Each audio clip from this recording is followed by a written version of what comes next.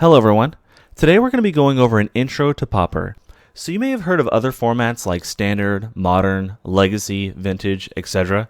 Today we're going to be going over a format called Pauper in which you can only use cards that have been in a common at least one set. So even if it's an uncommon now, as long as it was printed as a common at least once, you can go ahead and use it. Okay, so let's go over why you may want to play Pauper, and then if you do want to play it, how do you get into it? So the big reason to play Pauper right from the get-go is money, okay? So you're looking at maybe anywhere from 15 to 40, 50, maybe up to 70 bucks for a top tier tech, okay? So you get in the format, you want a deck that's going to win a good amount of the time, you're only spending maybe 40, 50, 60 bucks, okay? As compared to Standard and Modern, that is really, really cheap, okay?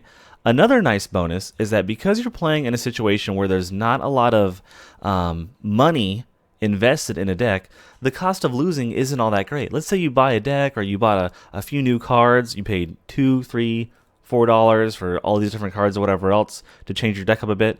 If it doesn't work out, you're not out a whole lot of money, right? So if my current brew isn't working out, I'm not really upset. It's okay, GG's, everything's fine, and no big worries. Almost everyone that you play in this format is pretty casual about stuff, which makes it really nice, okay? Now you may be thinking with only commons, are a lot of the decks the same? You know, what is this situation? What does the common brews look like? Well, the thing is, there's still a ton of variety in this format, and these are just some of the deck types, to name a few, okay? So you've seen all the decks, you've seen that it's cheap, it's a very casual, nice community, you want to get in, what do? Okay, so you got two options, red pill, blue pill. Red pill, go ahead and brew your own deck, okay? This is the harder one. You're going to be looking through a whole bunch of options, obviously every common ever. So brewing that, you may have a deck that you may more enjoy. It's more of like your own. You may enjoy that more, but it obviously can be a lot harder to get in. Blue, go ahead and find a deck you like, and then go ahead and jump in with that. So what are some of the decks you can play in Pauper? All right. From the aggro side of things, we have Is It Blitz, Burn, and Red Deck Wins. Okay, so Burn, all about burning your opponent out, just straight to the face as fast as you can.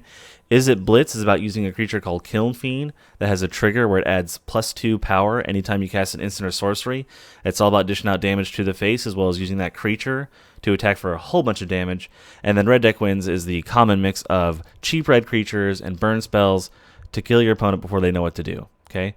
There's some other awesome decks like Boggles, Affinity, and Blue-Red Drake.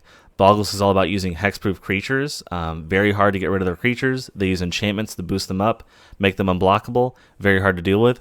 Affinity, all about using artifacts to cast some pretty awesome spells, where they're cheaper for each artifact you have. And then Blue-Red Drake is all about using a new card called Peregrine Drake from Eternal Masters to dish out some crazy combos, okay? If you like control, you like seeing your opponents cry, maybe seeing them play their last game of Magic, you've got mono-black control, blue-black teachings, and then a whole bunch of brews for Delver, Delver of Secrets, and then a whole bunch of counter spells. There's some really awesome cards in Pauper for blue and black as far as control goes.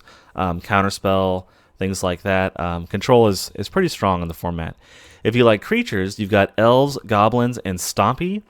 So Goblins, a whole bunch of triggers based on the tribals for Goblins. Same with Elves. And then Stompy uses a mix of Elves as well as a whole bunch of green pump-up spells in order to dish out a lot of damage really fast. There's also some decks I really recommend, Marasatron, Kuldotha Jeskai, and Boros Metalcraft.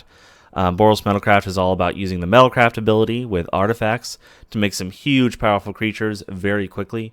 Kuldotha Jeskai is a mix of control, burn, and a whole bunch of like creature swarming.